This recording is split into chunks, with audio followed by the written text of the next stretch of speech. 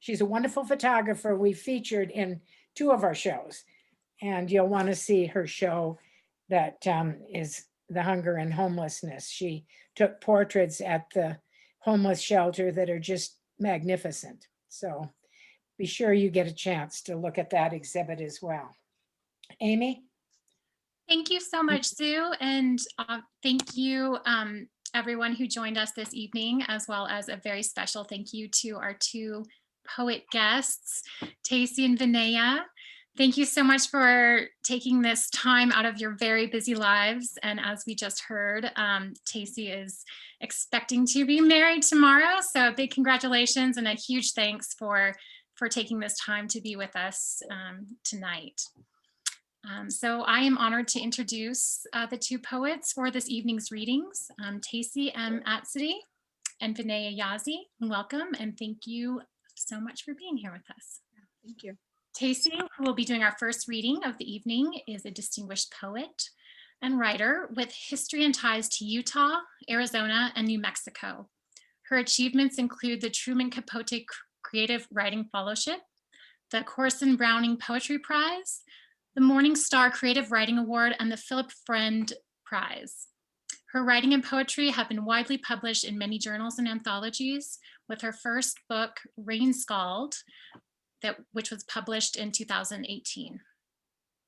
Tacey is currently pursuing her PhD in Florida State University after receiving degrees from BYU, the Institute of American Indian Arts, and an MFA from Cornell. So I feel like we are very fortunate to have Tacey with us here tonight. After reading through some of her work, it's so visceral, it's beautiful, and it intimately mixes all these different elements of place, of culture, of memory, community, and the personal narrative within that. And so we're really looking forward to have you reading tonight. Thank you so much. And I'll let you introduce yourself. And I apologize for stumbling over my words this evening. I have a 1-year-old and she has been keeping me up every night. So there's my apology for that. But so honored to have you both here with us. Thank you so much for taking the time. Hi, thank you for that, Amy and Sue and Mariana and everyone. I'm happy to be here tonight. Can you guys all hear me okay? Yep, okay. I put the headphones on because I'm in the city and there's a lot of background noise. Ya shay sani inada shijine senaha bislina shlant khatna sahni bashish chin kabaheda shichero hashkaha zoda shanele akot ao dina asan ishlam. So my name is Sani Edel-Ene. It's my Navajo name. It means she who is like old women. And it was given to me by my father about 10 years ago. Navajos, we have different names as we go throughout our life stages. So this is my adult name. And I'll get one more name. So I'm Navajo, of course, from the Four Corners area in New Mexico and Arizona. And I'm Sleep Rock people, born for the Tangle people. My maternal grandfather is Water Edge people, and my paternal grandfather is Yucca fruit strung out in a line people. And one of the things you guys know, you probably are familiar with because you're there in Flagstaff and familiar with some of the tribes in the area. Navajo is matrilineal in terms of clanship. So if you've ever heard Navajos introduce themselves, it's because we're telling you who we are and where we come from. My first clan, I'm Sleep Rock people from my mother, and she got her first clan from her mother, who got her first clan from her mother's mother's mother. And my second clan is from my father. And his first clan is Tangle people. And so he got his first clan from his mother, who got hers from her mother's mother's mother's mother. And and then my third clan is from my my mother's father, my Che, or my maternal grandfather. And his first clan is Water Edge people. And he got his first clan from his mother, who got hers from her mother's mother's mother's mother. And my fourth clan is my father's father's, my grandfather on my dad's side. And his first clan is Hashkahatsoe, which is yucca fruit strung out in a line people.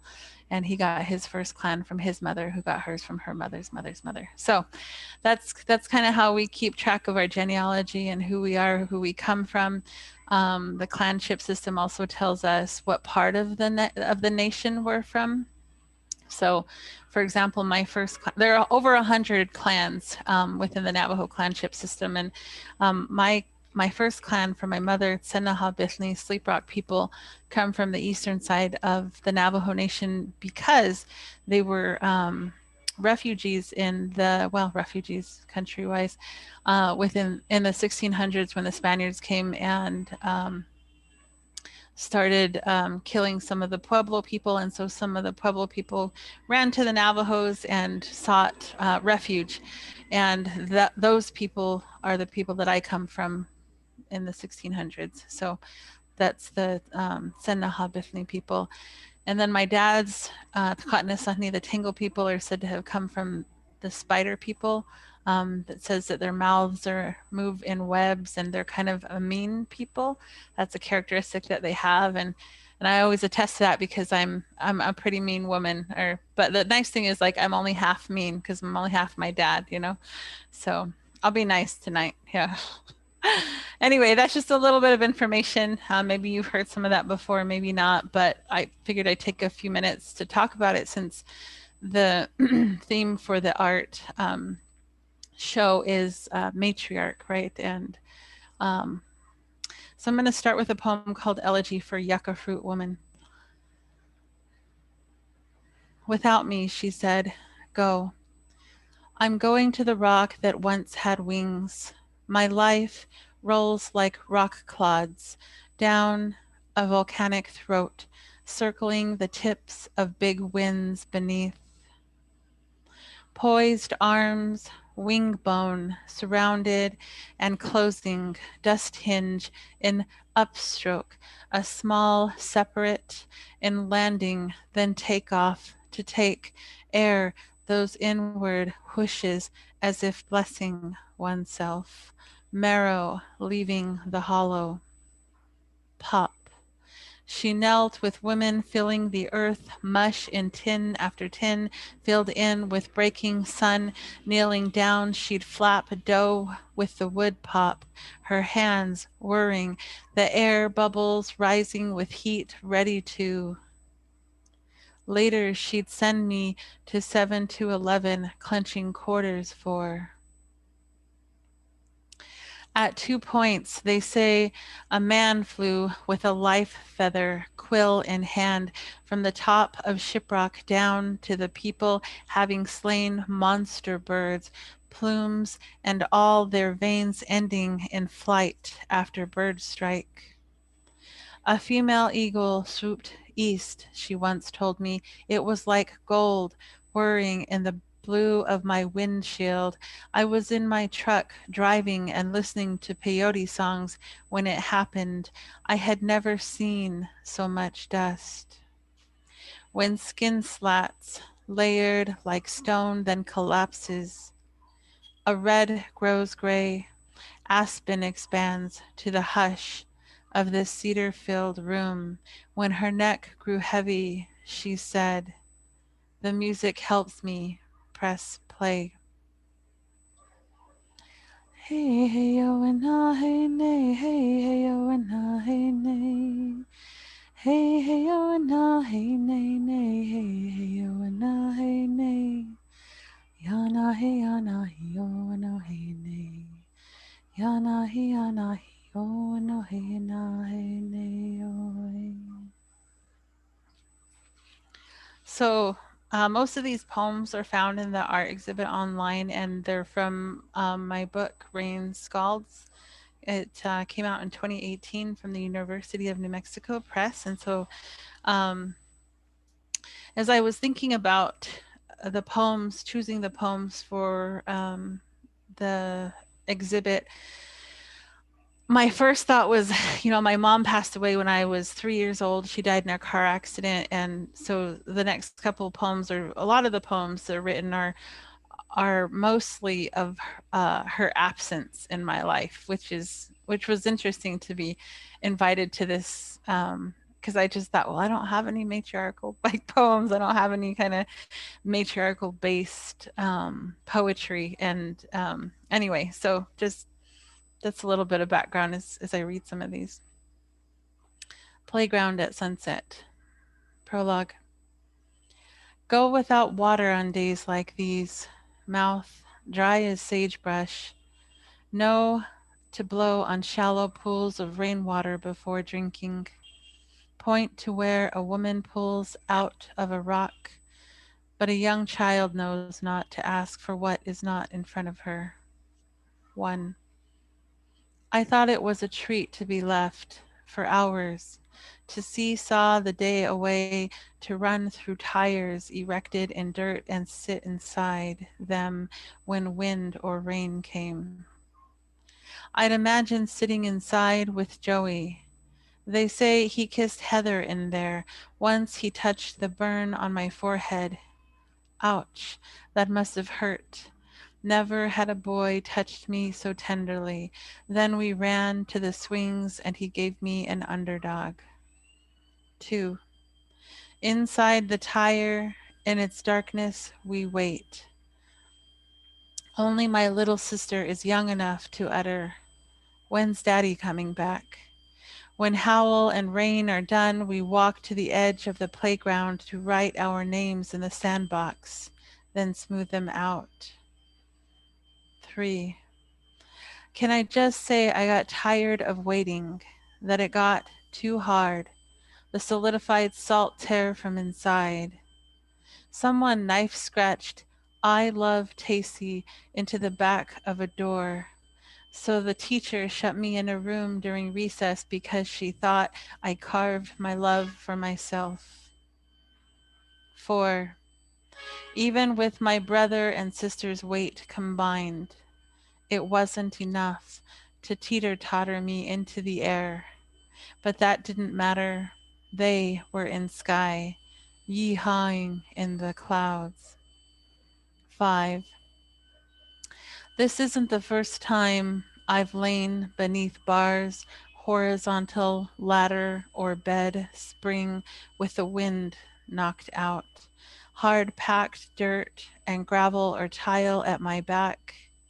In this position, I take sky's weight, feel his hand, when unable to move or whimper, lie, plead, thin clouds to drop and fill me with breath, to iron out the stuttered heaving.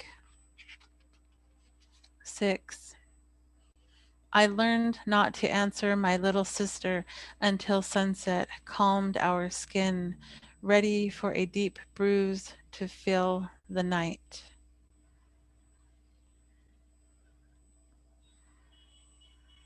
Sunbeam.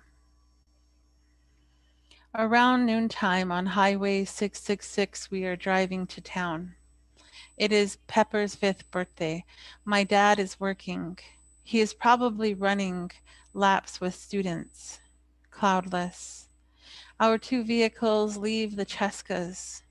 I want a sucker. Che takes me south. There are 6 of them in the other car. They turn north.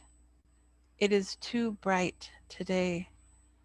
2 weeks ago, my mom dreamt of nightbirds chanting amidst juniper berries. Today, the land formations look like owls. I leave little water trading post with Minnie Mouse's heart in my mouth. Pepper is singing "Jesus Wants Me" for a sunbeam with our cousin, sister, when mom was holding baby in the front passenger seat and shot a look over to her sister. My little brother sips root beer while baby sleeps. It was May. I sit alone in the back of my chaise truck, wiping rouge across my eyelids. I don't understand the dream or the land. Grandma clenches my hand as we stand on the road watching the sun take them. Peppergrass gathered in a pink cup. Here, Daddy.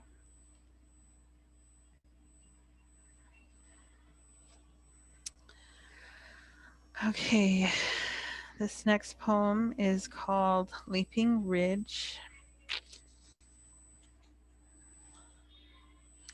The crescent tells of a night that once poured pale tiles out of the sky, a pale tilt, whoosh. Night blooms from Spanish dagger, soars of water and ash. There is no smoke spilt, or stitches along fibers. Land to blue, wall where water carves a tear, a wilted pluck or flower canal. Gourd full, spew at the tongue, watch how a sheer quilt freezes in patch, in dune, smother, rock fold, once cradled a mother in hilt. Dipped in her descent, yucca curl, last gawk went in search of her back where, after the jolt, her infant swayed at every crumble of limb and mud, such a small thud, thud, thud. And I'm going to end with this poem. I was asking Vinaya earlier if it's still wintertime there, just because it's a monster poem. And in our creation stories, there are certain stories and parts of the creation that we only tell during winter. And so I'll read a monster poem. Monster who kicks people down the cliff. He tells me his mother once rode a mare to death, that when he was a child, she'd kick him in the pants and he'd plummet to the canyon floor, talking to his relatives all along the way. But tonight the sky emits a loneliness only a monster could know. And so he told me how he came to be this way. In a vale of cotton woods, he starts. My mother would sit near a river, bending her back for stones that looked like half of me. Soon thereafter, I settled like a rock inside her belly as she rode bareback along the river. Maybe it was the weight of me. But soon she regretted how she waited for the sun to warm cliffs, regretted my father seeing her longing. I've seen her clamber and wail when she went off to be with canyon walls. Later, she'd rock me to sleep. Oh, oh, na, oh, na. Oh, oh, na, oh, na, oh, oh, na, oh, na.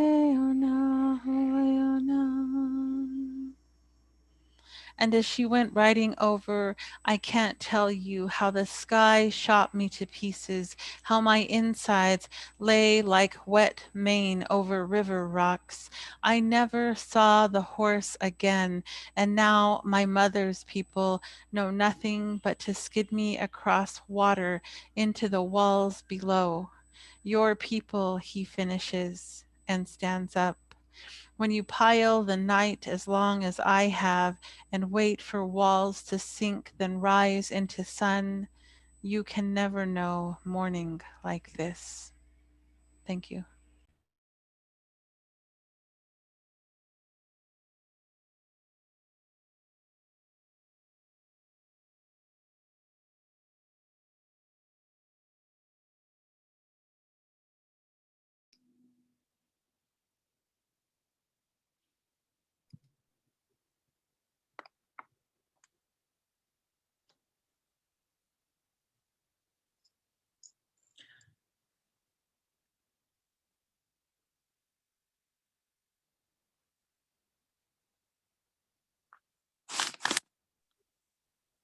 Amy, are you there?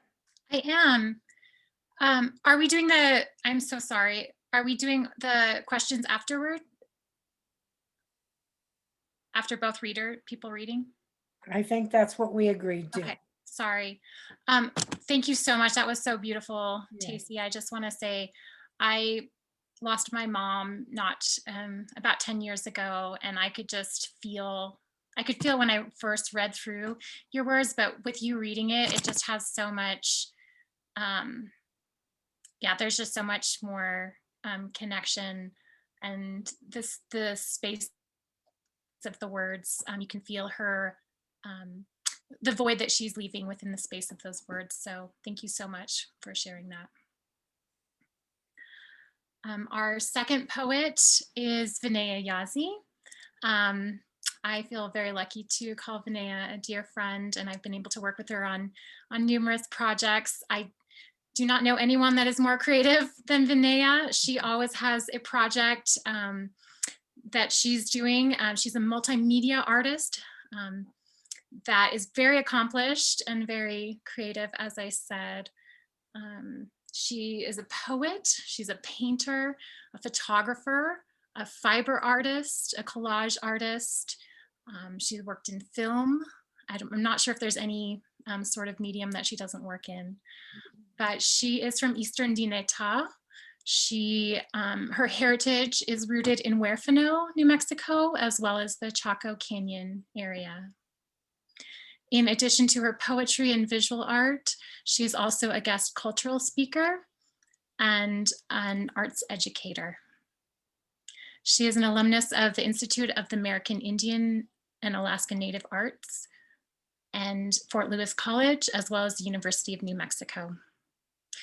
Vinaya's art focuses on the concept of Be Matriarch, in which she strives to reclaim the true past of Indigenous women and men and their existence in both the natural and spiritual environments of Navajo land.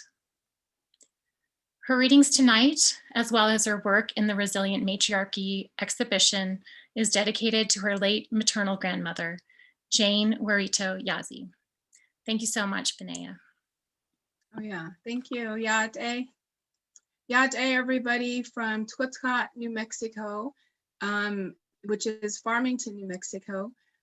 So I'm in the other border town directly east of everybody. I think that's from Flagstaff. And I'm grateful to be here. I'm grateful to share my writings with you, my narrative as a descendant of before mentioned clan women that Tacey had shared with you. And I'm assuming many of you who live in the community of the Four Corners are familiar with the tribal people that are the Navajo people here. Our culture is a matrilineal society, so we all are always acknowledging the female line that came before us because we are carrying on that bloodline. I'm going to introduce myself in Navajo, and it will again define who I am as a Navajo person in this current realm of a dimensional place. So my name is Vinaya Yazi. Hoanthana Nishle Ado Todich Any Bashishtin Toy Heglini Ada Shiche Do Kis Ani Ada Shanelle Equit Ada Nado Kis Ani Asan Nishle Ayese Nasha AIDS of now the Fidan the Kude Twitat the Shagan. So I also am carrying lineage from Arizona, which is my Hopi ancestry from my late father's dad, who was from First Mesa. So I'm very proud of that too. So after I introduce myself as being a Navajo woman, I also state that I'm a part Hopi or Pueblo woman because that's also in my bloodline. Also along with that is probably like Mexican heritage from my maternal grandparents who, you know, we're over here in New Mexico, so we've always intermingled with the Mexican people and the people from Jemez and Zia Pueblo and pretty much all the Rio Grande Pueblos. So I wanted to share a photograph before we begin because I'm a very visual person, as my sister Amy mentioned. So this is a photograph I wanted to share of these are my matriarchs that I speak of when I write my poetry. And, I think that for myself, I am inspired to write because of the history that they lived. And that's kind of where my poetry and my prose are rooted, and also my visual work. So the first poem I'm going to share with you today is, it's called Bijiba, Warrior Woman. And this poem is about my great grandmother on my mother's side. Born into the neck of full orange harvest, Bijiba took deep breath, early autumn chill filled her smooth lungs, ripened green melons scattered the western lines of horizon. Corn, stalk leaves, motioned the dawning sun to rise, rise, rise. Bijiba, still at the first cry, held the brown hand of a matriarch. Ancient fingers smooth with cold winters, Bijiba, still at second cry, lay in the presence of the matriarch. With strong hands uplifted, she praised the day this brown, glistening infant girl crossed the Holy Lands into the present fourth world. So in the Navajo culture, when a female being is born, she's given her Navajo name, and sometimes it's a new name, or sometimes it's a ancestral name. So I was named after my great maternal grandmother. Her name was Bijiba, which is a warrior name. Navajo women who have their Navajo names carry that concept of warrior with them. That's what the ba at the end of the expression is. And her English name was Louise Begay Warito. And she received that name from the missionaries that came to our part of the reservation at a place called Brethren in Christ out in Otis, New Mexico. And so she got her name Louise probably like in the 1930s when my own grandmother was born.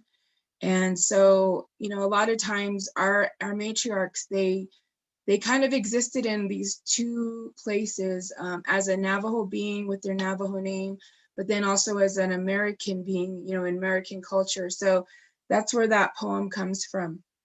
And then I think the second poem I'm going to share with you is out of my own, I have a chapbook that I self-published back in 2006. And it's called Live in Matriarchal. And I only did 100 copies. And I mostly gave them to my relatives and my close friends. But this is a poem called Grandma Loves Sobe. And Sobe is a drink. So it's called Grandma Loves Sobe. Grandma likes Sobe. She drinks it at early dawn while Grandpa digs yesterday's tortillas and dips them in his warm goat's milk.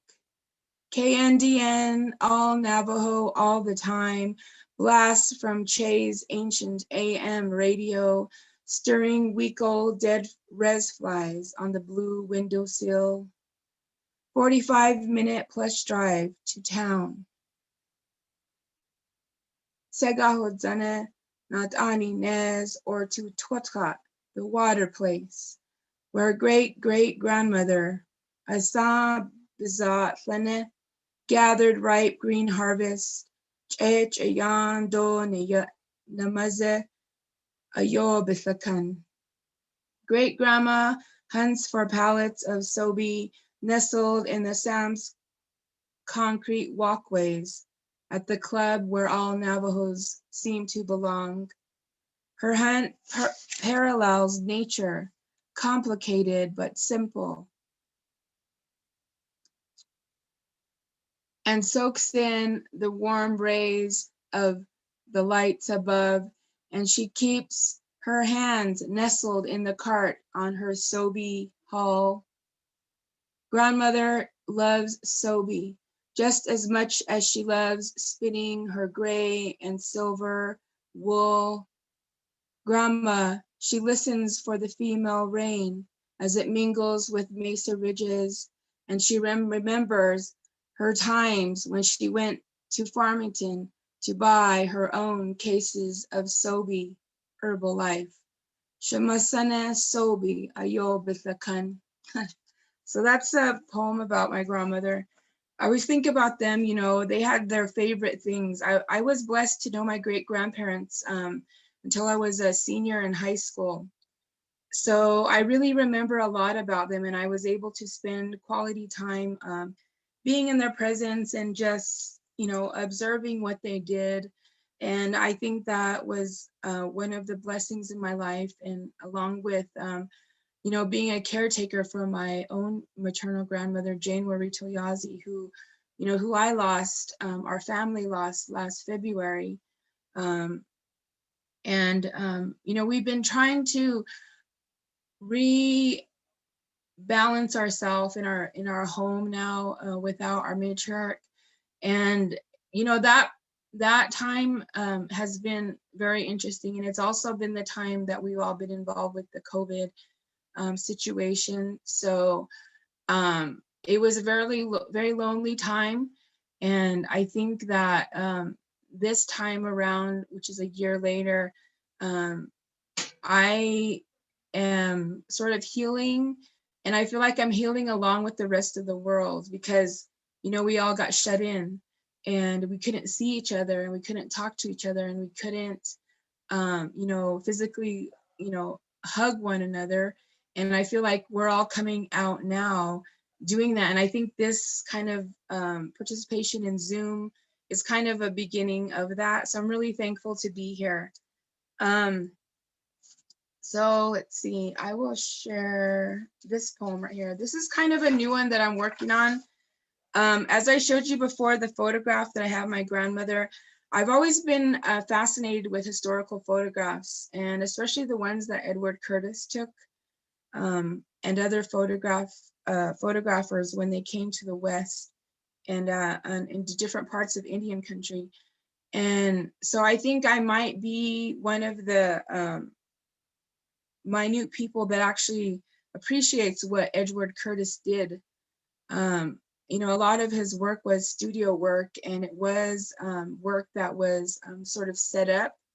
But for myself as a scholar and a researcher, I really appreciate, you know, him taking those photographs, because now I get to see what my ancestors look like and what they dressed like, and, you know, how they wore their hair, and what the land looked like. So I'm very appreciative of him.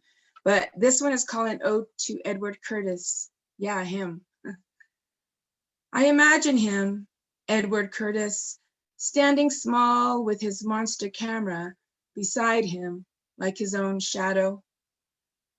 I imagine him, Edward Curtis, walking among the people, his hands shielding his eyes from our desert shine. One day, I imagine him stopped in his tracks, listening. Edward Curtis heard the old language. He was mesmerized. Our story, our tongue, blessed him as he stood there, sweating in the heat of our mesa landscape. Our story, our tongue, poured over his sunburnt face on the valley floor of the deep canyons. Our story, our tongue, glistened before him like the wings of the spring dragonflies. In 2021, I know the faces of my ancestors, their smooth skin, their textured eyes, their hands grand as they dwells upon the land. Because of you, my brother Curtis, I know the story of my ancestors' faces as they wove their rugs, and how they were rooted in the cedar trees and how they lived in that time. So I'm still working on that one. I think it's important for, you know, I refer to Navajos now as neo-natives, specifically neo-Navajos. I think it's important that we acknowledge, you know, the non-Navajo community, because, you know, they came out to our ancestors at a time when, you know, it was really a very wild place. Even my great grandmother used to call, you know, the land wild. You know, she was born in 1917, and she used to tell us about how, you know, she was always kind of scared because, you know, there was other Indians like around, and you know, so she's very cautious of her surroundings. So I can't imagine what it would be like for non-natives to come into these Indian places and, you know, for example, like Edward Curtis, and take photographs. But I like to look at his photographs because there's a very important spirit that he captured in them. And, you know, I can see it in their eyes. And, you know, I think about the courage that it also took for those Native ancestors to say, yes, I will stand in front of this box of technology and let you take my picture. And I just think about those moments, and I think that's where our courage has come to us as new Navajos who are living in the land and flourishing. So that's where that goes. So I'm thinking of doing a little bit more of a series on that. I think I have one more time for another poem, and then I think I'll be done. I don't know, I'm not timing myself, but the one that I have that listed on the website announcement called Ancestors. Let me see, I have it on my computer.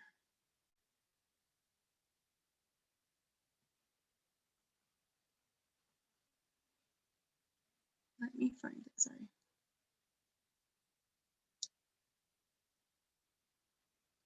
Okay. This one I'll share, Ancestors in Us, With Us. Rooted to the strong, high desert cedar trees, I speak with the green sage tongue, where female words sparkle, like shimmering summer storm clouds, like the shimmering eyes of our brown grandmothers. The old language lives atop the fingertip swirls. A din din, shining, shining. Rooted at the foot of Huerfano Mesa, grandmother prays, prayed, is praying inside her circle home, where her songs and prayers rise like shimmering winter star constellations, like the shimmering eyes of her brown grandchildren. The old songs,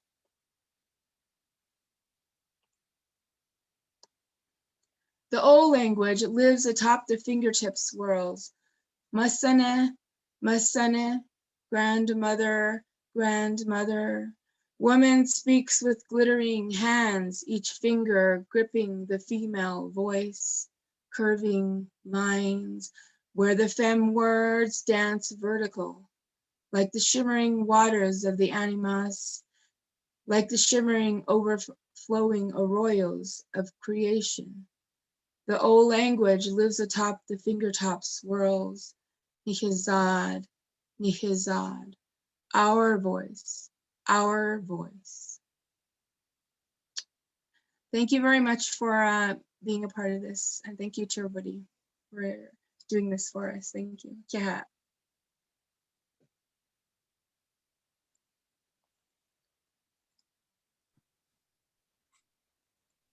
I, for one, am thrilled and delighted that you shared your stories and poems with us, both of you. That were just delightful. Thank you so much. Who would like to talk to one of the poets, ask a question or make a comment?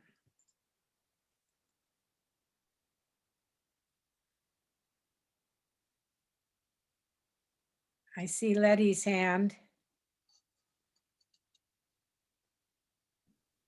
I just think it's so much more wonderful. I would have enjoyed the poetry, just reading the poem, but to hear the background and to know about the love you have for the generations, I I really loved every poem.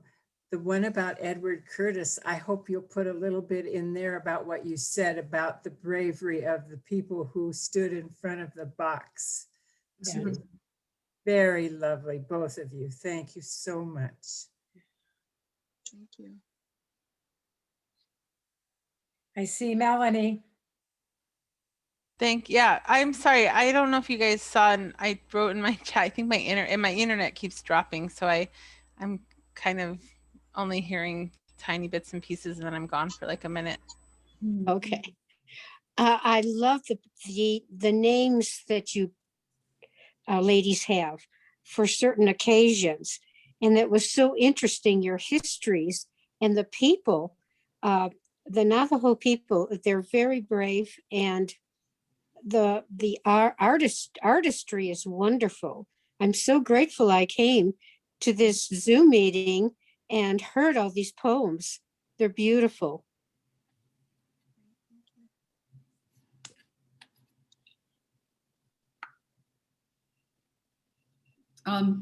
So I just want to thank you both.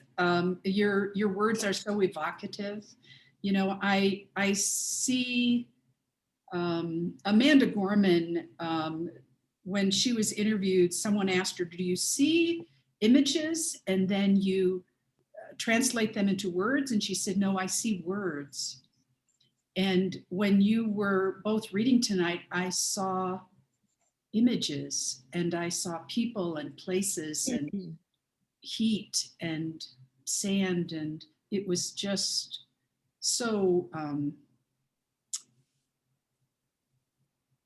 kind. So thank you. Thank you for sharing your words today.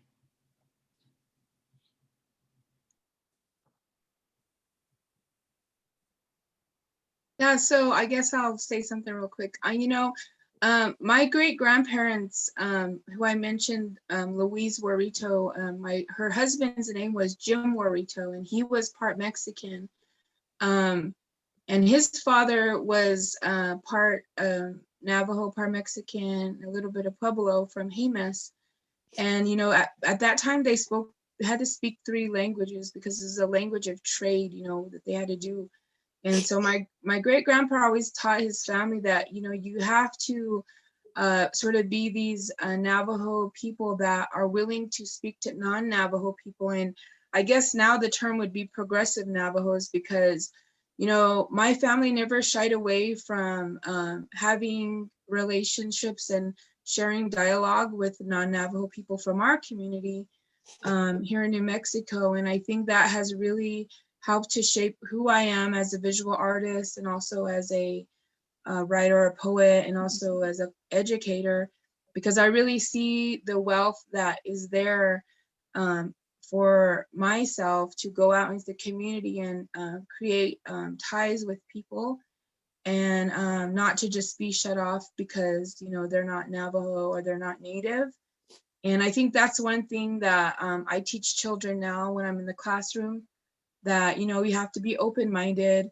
And so I'm thankful that you guys see that, you ladies see that, and gentlemen. So thank you.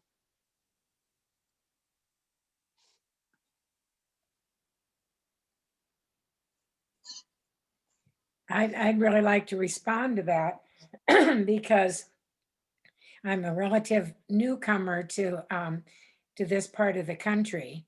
I'm from South Dakota, so there definitely was a Native culture there as well. But I lived in the eastern part of the state, so didn't really have much exposure as a child. However, the voices that you bring to us as non-Native and maybe not even from the Southwest is so precious, because you can evoke images of the land that are so real and something that we can only just yearn to get captured, and to have it coming alive in poetry like this, in images and in art, it's a precious gift to us. It really is. We thank you for that. Thank you for what you do for us. Yeah. Artists. We try in all our art and action exhibits to have the native voice represented because it's your land and your art is so much part of what we want to share. Yeah, real quick, just to acknowledge the actual art exhibit, that's the visual part of this presentation. We have, the other women who are in our show who are more on that visual side of this creating this dialogue in Indian country. And,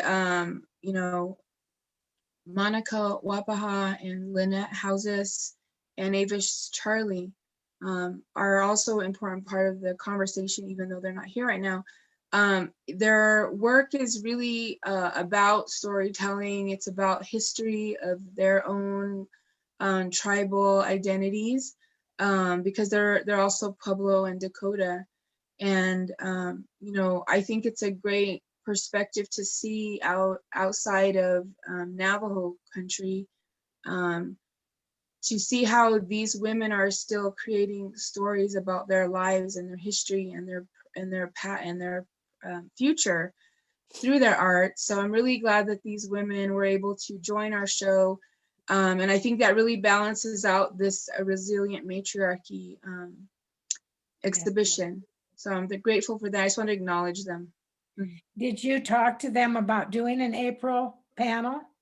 Yeah, and I think we might be able to get something together. I'll let So you know. everyone stay tuned for April that we can have another Zoom with the visual artists and somehow manage to show their work. I don't know how we'll do it. Vincent might know, he's down there somewhere. Yeah, and Tacey, you'll be bringing the Peruvian influence, I'll bet, into your work as well. We kind of mix, you think about the trade routes back in ancient times, the Peruvians coming up into our part of the country, or it seemed like they did. And, it's just kind of neat, that continuity, isn't it?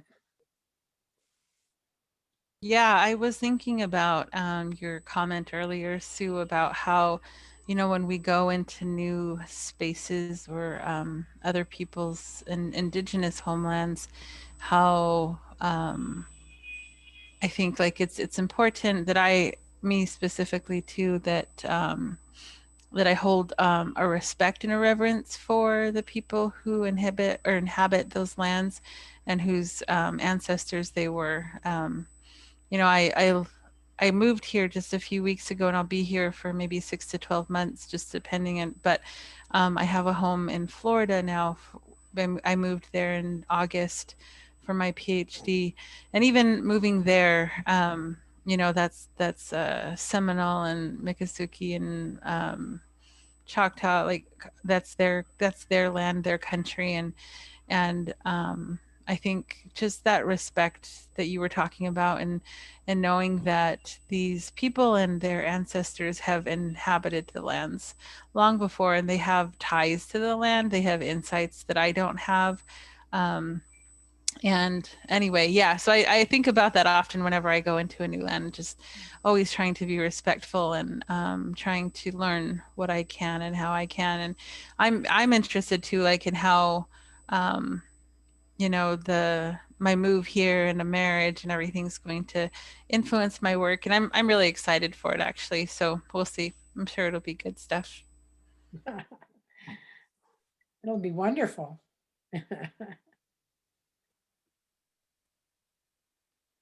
Do we have other comments? Mackenzie, you got anything to say?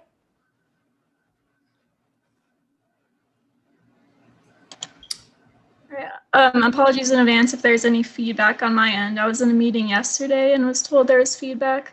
But yeah, I did have a question for Vinaya about your creative process. You mentioned that the poem on Edward Curtis is still in progress. And I was curious if when you start writing, do you have an idea of where you want the poem to go, or do you just kind of let it tell you what it's going to be? Thank you for the question. Yeah, I think, you know, right now, a lot of Native America, Navajo land, we're on social media. And specifically, I'm going to talk about Instagram because Instagram is a visual place. It's an all like, so back in the day, I was on Facebook, but then someone told me about Instagram because it was a more visual avenue, you know, to somebody who wanted to be on social media. And me as an artist, I really wanted that. So I think about, you know, the influence of social media in the Neo-Navajo's life. And for myself, I see visuals of my ancestral people every day. And, you know, a lot of times there's not acknowledgement of who actually took the photograph because they were, you know, taken in the early days. But a lot of times, you know, we assume it was Edward Curtis. So for myself, I always need a visual aid to get sort of a creative moment flowing and make it tangible in my paintings at least. And then for writing, I think it's more of a feeling. It's more comes from like an emotion, you know, and I tie that emotion, maybe it might be personal, to maybe a communal emotion, like how I think about my own people and how, like, for example, with Edward Curtis, when he came to Navajo land, you know, what was the experience that these Navajo people had with this man and his box. And so that kind of got me interested in really writing about how Edward Curtis came to visit Navajo land. Because I think he came after, or he came before all the anthropologists came to Navajo land. So he really gave us this visual of what Navajo people were as human beings, but also how the land was also a very important character in his photographs. And so for that specific series, I think that's really how I felt about writing that, you know, and that's kind of why I want to continue that, because I also think that, you know, there's sort of this, a disrespect that's going on too with photographs that are historical. Right now, there's a lot of memes that are being put on our historical photographs. And I don't personally like that because I feel like it's taking away their story. So for example, I showed you this historic photograph of my great grandparents. So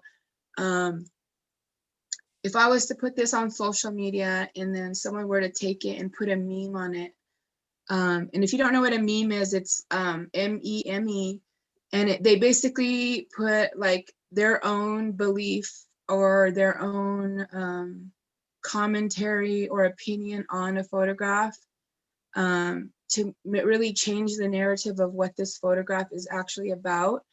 And so I think it's important that we as Navajo people really kind of take back our photographs and use it as a teaching tool to teach our new generations of Navajos why that photograph exists, and it's not just there for their, you know, their comical pleasure to put on social media. And that's kind of one of my drives too when I'm thinking about these photographs that Edward Curtis brought to us. Yeah.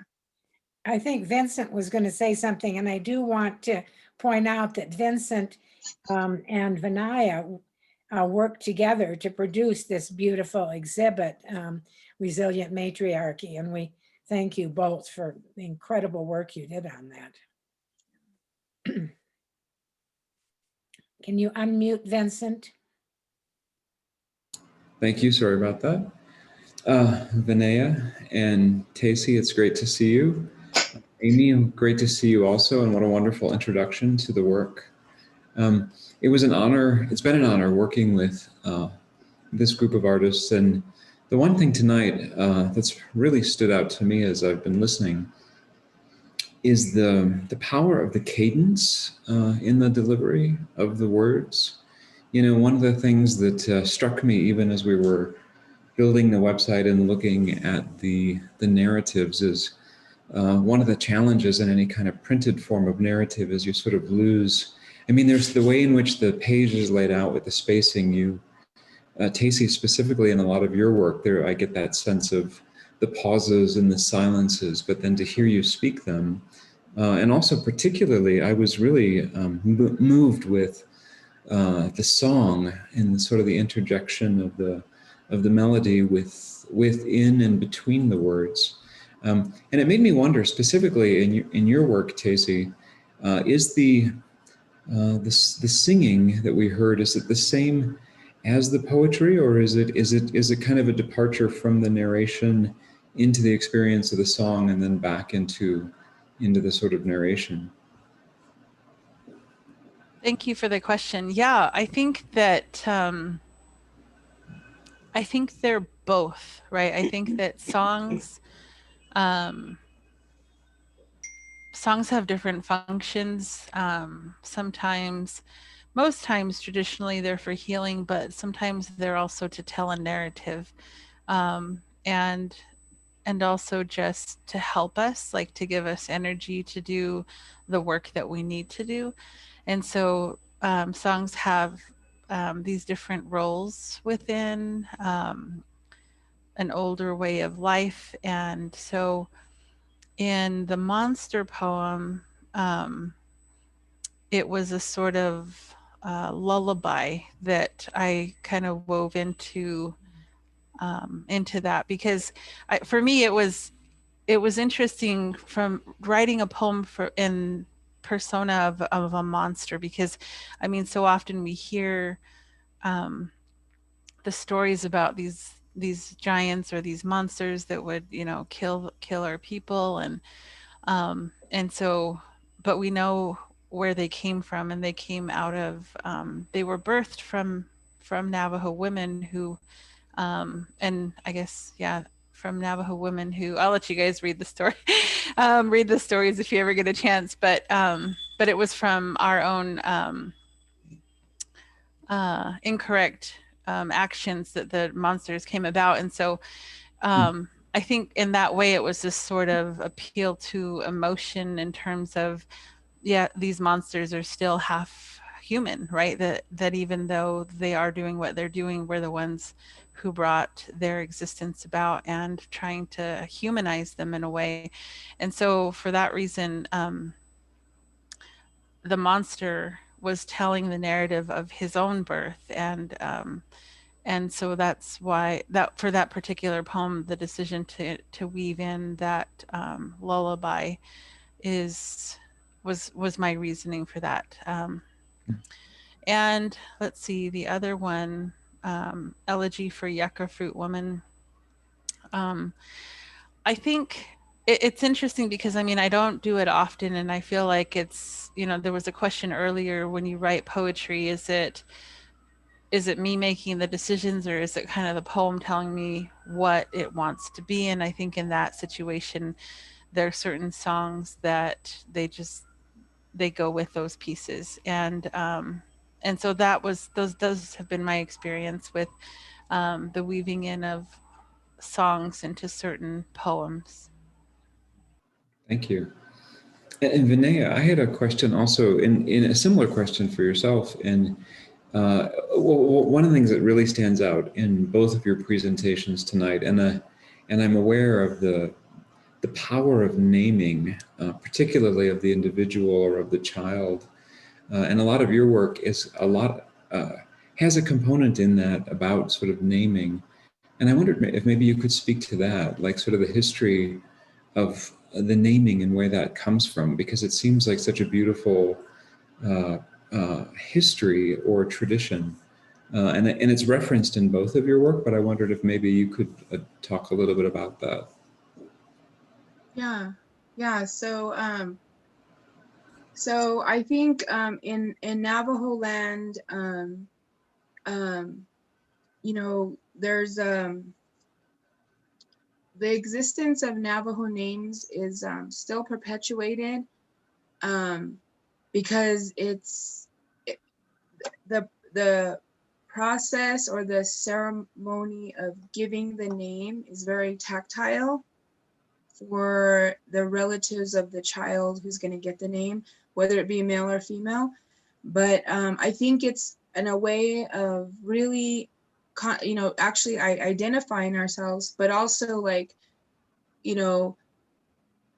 perpetuating that idea of resilience and survival for the parents, because they're carrying this deep hope and like a seed that their child, when given that Navajo name, is going to be able to exist in this new world against turmoils and, face those quote monsters.